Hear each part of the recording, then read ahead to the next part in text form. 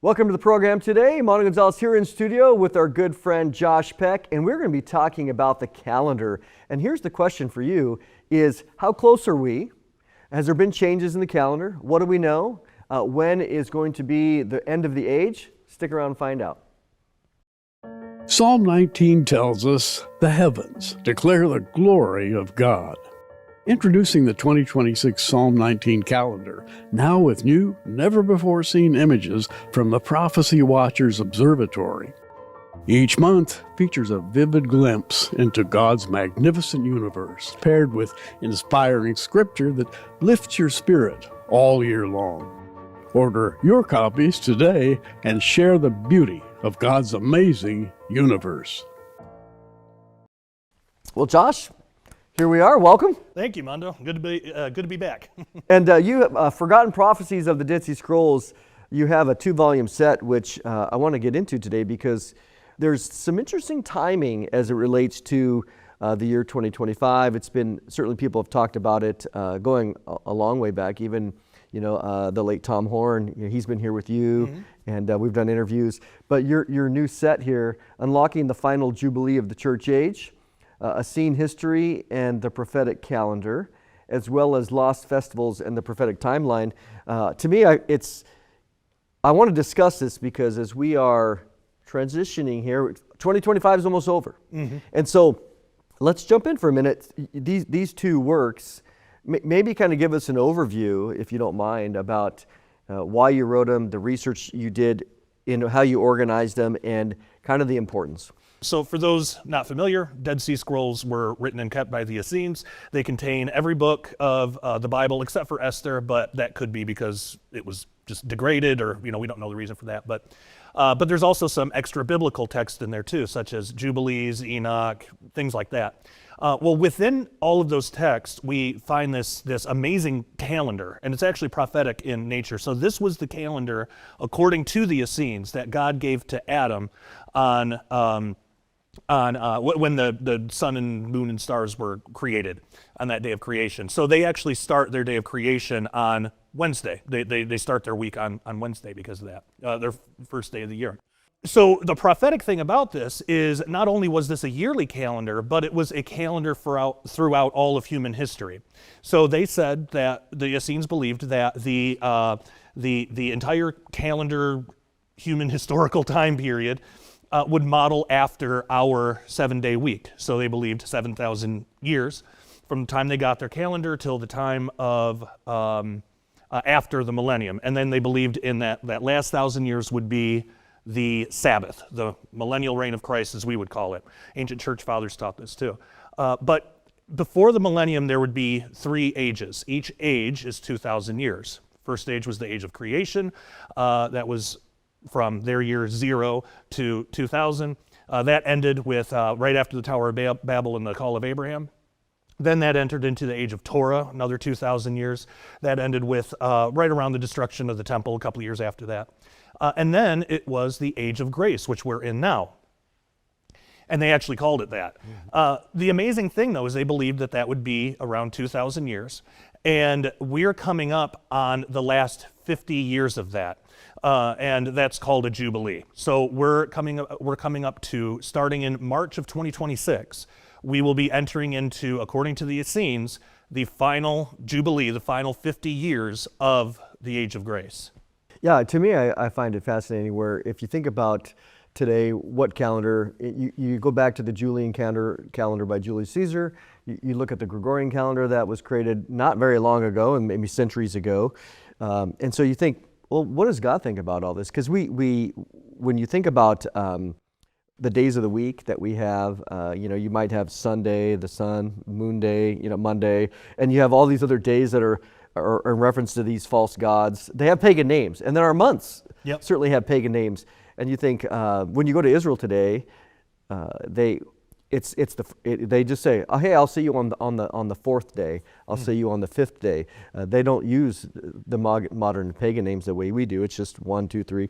But talk about how we understand the connection between the Essene calendar Again, even the confusion that you might have. So we have the Julian calendar, got the Gregorian calendar, we have the modern Hebrew calendar, the Jewish calendar in Israel, and then you have the Essene calendar. So I mean, that's like, well, okay, how do we wrap our heads around this? Kind of give us some background. Sure. Well, they even had this back during the time of Christ. There was 2 calendars being used. So national Israel used the Pharisee calendar, which was a lunar calendar. And when you look into the book of Jubilees, the basic story of that, and other areas too, but the basic story of what happened was, at some point, and in Jubilees it's prophesied that this was going to be a future event, at some point there was going to be some kind of corruption within Israel, and Israel would start following pagan types of things. And they would abandon the original calendar and go for a pagan lunar calendar. Well, we can pretty much very confidently pinpoint that to the time of Antiochus Epiphanes, and during that whole time. What it seems like what happened was, when he invaded, or when all that stuff happened, and desecration of the temple, and during all that time, it seems like the deal was, okay, Israel, you can still do some of your Jewish things, but you have to adopt our lunar calendar. And then there was a split. Some of Israel, mainly, national Israel, what became national Israel at the time, they said, okay, we'll do that. We'll take that deal. But there was another group that said, absolutely not. We're not going to do that. God commanded us to go buy this calendar. If we do it wrong, our temple stuff's not going to work. We're going to have priests die and all of this stuff. So they broke off, and they eventually became, there was other splits and other things that happened too.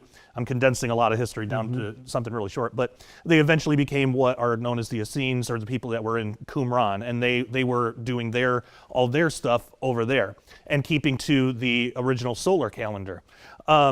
And what's amazing is we weren't able to piece that together until just a few years ago, at least not all of it, until just a few years ago, but now we have it complete. We have the total thing. We can actually follow it today.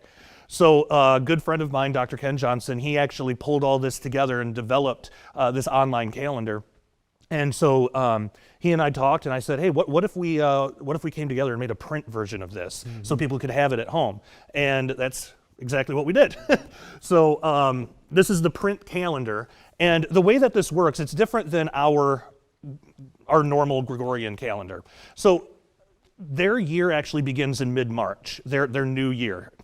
So March 18th, according to this calendar, and this is the way it works, people can see that, we have on top the actual Essene calendar with all of their dates, and then on the bottom is our normal Gregorian calendar with, there's St. Patrick's Day there, all our normal like American holidays, but we have all of their festivals and feasts, and they actually had 12 of them as opposed to the 7 that we find in Leviticus.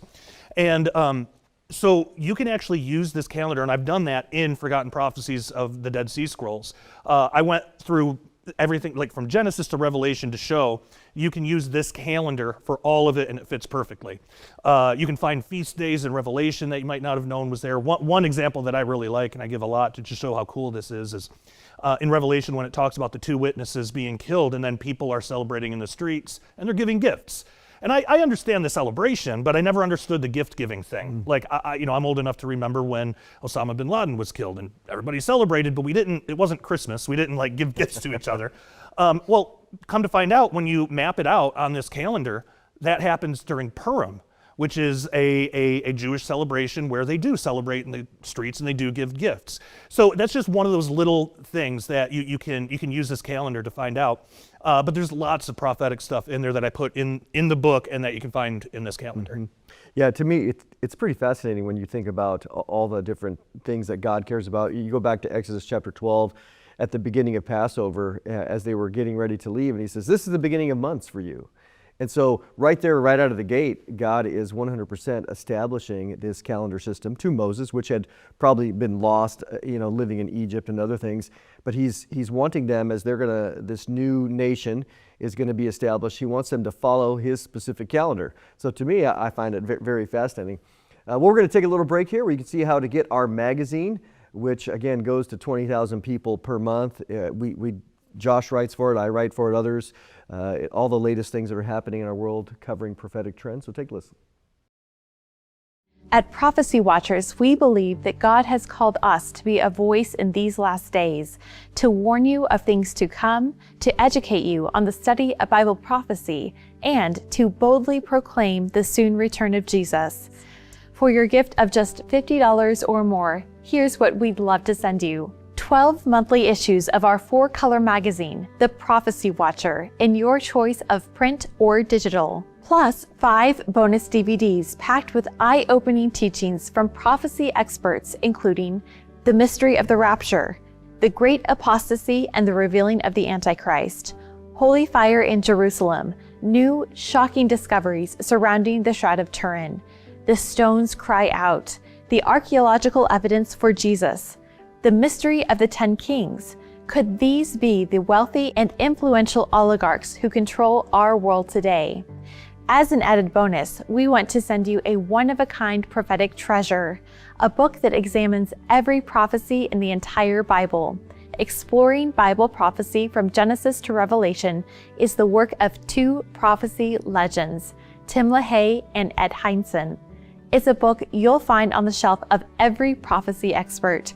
This 560-page masterpiece is our bonus gift to you. This $120 value can be yours for your gift of $50 with shipping included in the USA.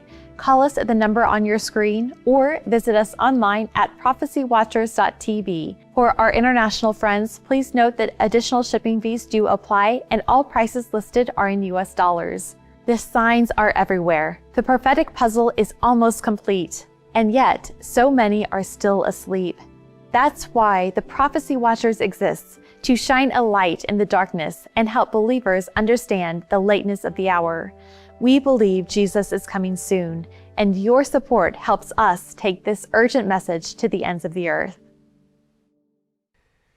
Well, welcome back. We are talking to Josh Peck again about his 2-volume set, Forgotten Prophecies of the Dead Sea Scrolls, as well as trying to understand what God has done with the calendar and understand the Jubilees and different things. So you mentioned that earlier. I want to go back to that because, you know, the calendar being set up in these 2,000 year, you know, at least there, 2,000 ages, and then you have other sections.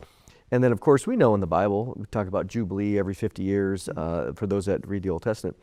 But you mentioned that we're entering in 2025, this last 50-year period. And so that people are going to wonder, well, wait, what does that mean? Yeah. You know, do we have 50 years to wait? Because, so let's talk about that. And let's also talk about the last 2,000-year period. Yep. Because the last 2,000-year period of the Torah ended in 75 AD. Technically 76, but Okay. But yeah, you're right. And so and I don't want people to freak out. I'm not saying that we have to wait 50 years for the rapture or for the return of Christ or anything like that. All it means is that by that time, by 2076, everything, if the Essene calendar is correct, if we're understanding it correctly, everything should be in place for the millennial kingdom to begin, for that age to begin. That doesn't mean that that's exactly when the return of Christ is going to happen or when the rapture is going to happen. The calendar doesn't give us dates on those things. But what it means is just everything should be in place. So it's a great thing to bring up the age of Torah because I think that gives us a really good model on how this might work. And I say might because and I go through it in the book, there's several different ways that this could work. So the age of Torah, their final Jubilee would have been between the years on our calendar, 26 and 76 AD. And the final real major thing, there was a couple other events that happened after, but the real major thing that happened near the end was the destruction of the temple. So once that happened, a couple of years after that, a few years after that, the sacrificial system was officially done away with, and the Pharisees basically became, this is reducing it down a bit, but the Pharisees basically became like what we would consider like Jewish, it became rabbinic Judaism, what we would consider that today. So that switch happened. So we entered into the age of grace. Now that doesn't mean that people couldn't get saved before or anything like that, because and think about it like this: we would say that the church age began probably with the indwelling of the Holy Spirit. That's what most Christians would believe. Well, if we go based on the calendar, that happened right around 32, 33 AD, somewhere around there. Somewhere in that range. Early on in that final Very Jubilee. early on. So that was only a few years after 26 AD. So the idea might be, it could be, and I'm not saying that this is exactly it, but Jesus fulfilled his earthly mission very early on in the final Jubilee of the Torah age, very, very early on. Is it possible that he might fulfill everything having to do with his return early on in the final year of our Jubilee? And that could be, but then you would wonder, well, wouldn't there be a big gap of time then between, when Jesus returns and the start of the millennium? And yeah, because it could be that he returns, what else needs to be done? We know that in the end of Ezekiel, there's this amazing temple, there's this amazing city. That's going to take time to build. And interestingly enough, Herod's temple, by all sources that I could find, it said it took about 40 years. So, and I don't believe that Jesus is going to come back, snap his fingers, and there's just going to be a city and temple there. I think it's actually going to have to be built. That could take time. So the idea is that once that, what would that be, 3076 date comes around, everything should be in place for the millennium to start, which means the city will already have to be there, the temple will already have to be there. That doesn't happen during the tribulation. There is a third temple. The fourth temple could be a cleansed version, it could be a destroyed and rebuilt version of the temple, but that city doesn't, as far as I can tell, does not get built during the tribulation. That's sometime after. So there could be a gap between the return of Jesus and the end of this final Jubilee. So again, I cannot emphasize enough, because I'm misunderstood on this all the time. I am not saying that we have to wait till 2076 for the rapture or for the return of Christ or anything. The calendar doesn't tell us that. The rapture could happen anytime, and the return of Christ could happen anytime 7 years from now, from any given moment. So it doesn't give us specific dates like that, but we do have this time frame to work with. So that's just one of many ways that I present in the book on how all this could work out, where you can still have a pretty early rapture and tribulation in the Jubilee, in our final Jubilee, but still have to wait a few years till the millennium can actually finally begin. Yeah, to me, it's pretty fascinating when you look at, again, the model or the pattern. To me, that's very helpful. One of the things that you talk about as well in the book, which is, it's fascinating when the Dead Sea Scrolls, were discovered in the 40s, late 40s and 50s. It opened up a whole new world. I remember taking a class in seminary on basically the Dead Sea Scrolls, and there's probably been nothing greater in the last couple centuries. And people say the greatest archaeological find ever has been the Dead Sea Scrolls, because of what it has opened up for biblical studies and just especially the Gospels, etc. And you have a chapter in the book on Dead Sea Scrolls and the New Testament as it relates to even some of the language that the Essenes used and other things. I mean, they loved Isaiah 40. They were out in the wilderness. I mean, it's just, to me, it's fascinating. How do the Dead Sea Scrolls contribute to understanding of the New Testament? Yeah, that's a great question. Well, most importantly, they don't change anything. They don't change anything that we're told in the New Testament. What they do, though, is they add a lot of context, which helps out a lot. So when we get language throughout the New Testament about like the end of the age, well, what do they mean by age? And it's interesting because they were nearing their end of the age of Torah, and the Essenes believed that, not necessarily the Sadducees or Pharisees. The Essenes believed that. So the end of their age would be the end of the age of Torah, which was set to end roughly 50 years from that time. But then there's also end time prophecies that talk about the end of the age, meaning our age before the millennium. So that helps us kind of parse those out and figure out what's exactly being talked about. But there's a lot of language about, the sons of light and the sons of darkness. That's all over the Dead Sea Scrolls. That's very Essene writing. And one of the biggest things, probably the biggest thing in this whole understanding of the Essenes versus, New Testament and how that informs us as Christians, is that actually the Essene way, when you look through the Dead Sea Scrolls, and I give several examples throughout the book, they were very much in line with what we would consider Christianity. This would have just been pre-Christ Christianity. And so, they didn't know everything. They still had to be taught some things. But it's very consistent with that. What's amazing is they had these prophecies. They knew the temple was going to be destroyed. They knew once Jesus was killed, resurrected, they knew it was time to leave. They left behind some of their texts that we were able to find, and I believe were preserved for our time because it's the last days. Even Enoch says that That the book of Enoch says that text is for the people that are going to be living during that time, during the end days. And coincidentally enough, the Dead Sea Scrolls were discovered when Israel was becoming a nation again, right at that same time. But the amazing thing is, well, there's this mystery in academia, like what happened to the Essenes? Where'd they go? Why'd they leave? And the idea mostly is that they just fled because of the temple stuff. But no, what happened was the Great Commission. Jesus told these new converts, mostly Essenes, go out, make disciples of all nations. And they did. We come from that. So we actually come from the Essenes, we as Christians. We're the benefactors of their amazing work and many times their sacrifice and their martyrdom. And to me, so we as Christians have this direct connection to the Dead Sea Scrolls. And again, I want to emphasize, I don't look at these as inspired scripture or anything. I look at it as history. But I don't look at it, I look at it as something that we can learn from, but it's not necessarily, it's not to the same level as the Bible.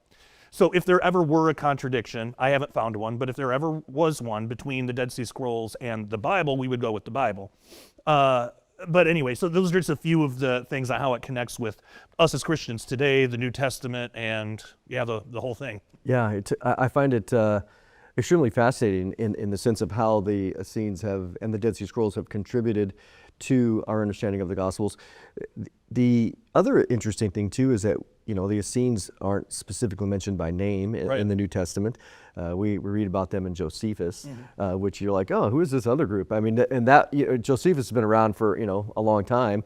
But to see this other Essene group that was out in the desert being written about, and people are going, yeah, and in many ways there was some skepticism about that until the Dead Sea Scrolls were found. And then you have, again, their literature and other things written to each other. I find it very fascinating. But we're going to take a little break here where you can see how to get Josh's book and certainly the calendar as well. There's so much information. It's something that we can't even fully touch in a short program. But take a listen. A divine miracle shook the archaeological world in 1947 when the Dead Sea Scrolls were discovered in the caves of Qumran. A young shepherd boy was throwing rocks into the caves when he heard the sound of breaking pottery. What he discovered would prove that the Bible we hold in our hands today has not been changed over the last 2,000 years, giving us a new appreciation for the Jewish scribes and the Essenes, who painstakingly copied the scriptures for our benefit. Secreted away in these caves were scrolls that contained 38 of the Old Testament's 39 books. The most spectacular discovery was a well-preserved copy of the Isaiah scroll, which contained all 66 chapters of the book of Isaiah, an important book that highlights the qualifications of the Jewish Messiah. Ironically, just 1 year later, Israel was regathered in their ancient homeland, one of the great miracles of modern history. Working together with Ken Johnson, Josh crafted the Essene calendar, the original calendar that God gave to Adam. Over the centuries, this God-ordained calendar was corrupted by Jewish rabbis, with many believing there was a hidden agenda in play, a conspiracy to hide the prophetic qualifications of Jesus as the Jewish Messiah. The Essenes knew when the Messiah was scheduled to arrive. They knew he would be God in human flesh and that he'd be killed to take on the sins of the world. And shockingly, they seemed to know the day when God's calendar comes to a close and the 1,000-year millennium begins. This unique, one-of-a-kind calendar can be yours for your gift of $25 or more, with shipping included in the USA. Call our toll-free number 24/7 or visit us online at prophecywatchers.tv. For our international friends, please note that additional shipping fees do apply and all prices listed are in US dollars. From Jubilee cycles to Shemitah cycles and a deep dive into the Jewish feast days, no stone is left unturned. Amazingly, the scrolls tell us that there weren't just 7 Jewish feast days, there were 12. Josh even shares his thoughts on the mysterious disappearance of the Essenes in his 2 books that total almost 800 pages. Forgotten Prophecies of the Dead Sea Scrolls, Book 1 and 2, may represent the most comprehensive studies ever done on the Essenes and their controversial calendar, which has us all wondering, will Jesus return in our lifetime? Get your own personal copies of these 2 books for your gift of $60 or more, and as always, shipping is included in the USA. When you place your order, we'll include a special bonus, a copy of the Dead Sea Scrolls calendar that you've heard about today. Call us toll-free at the number you see on your screen and ask about the Forgotten Prophecies Calendar package.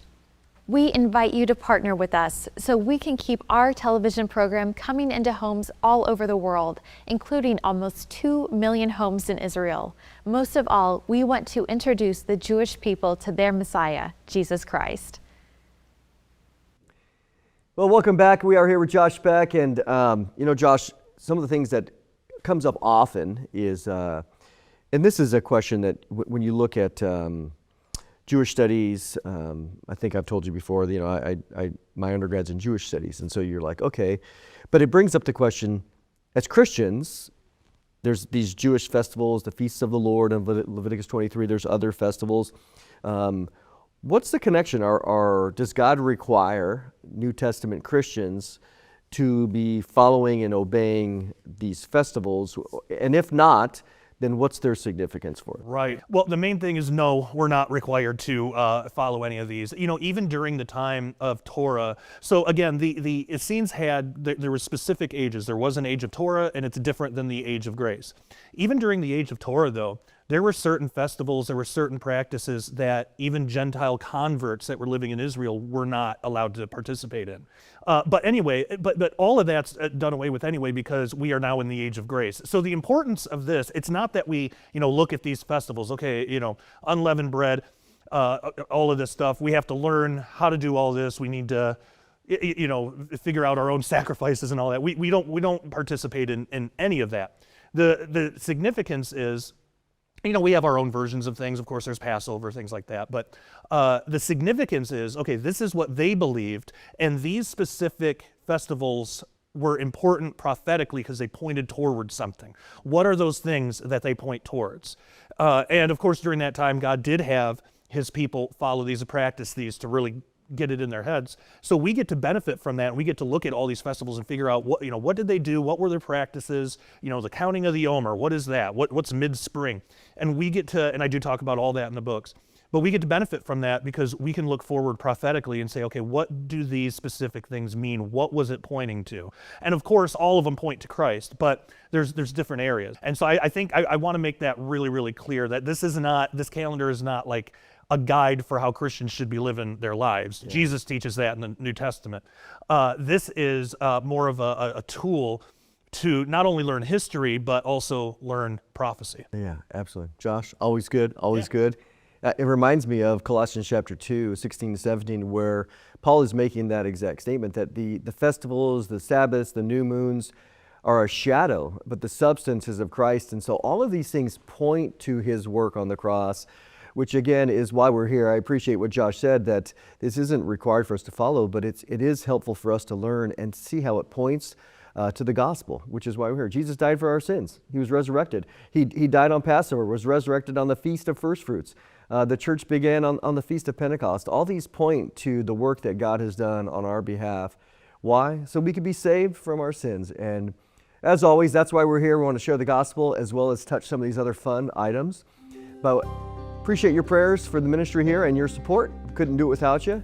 And appreciate you watching this week. We'll catch you next time.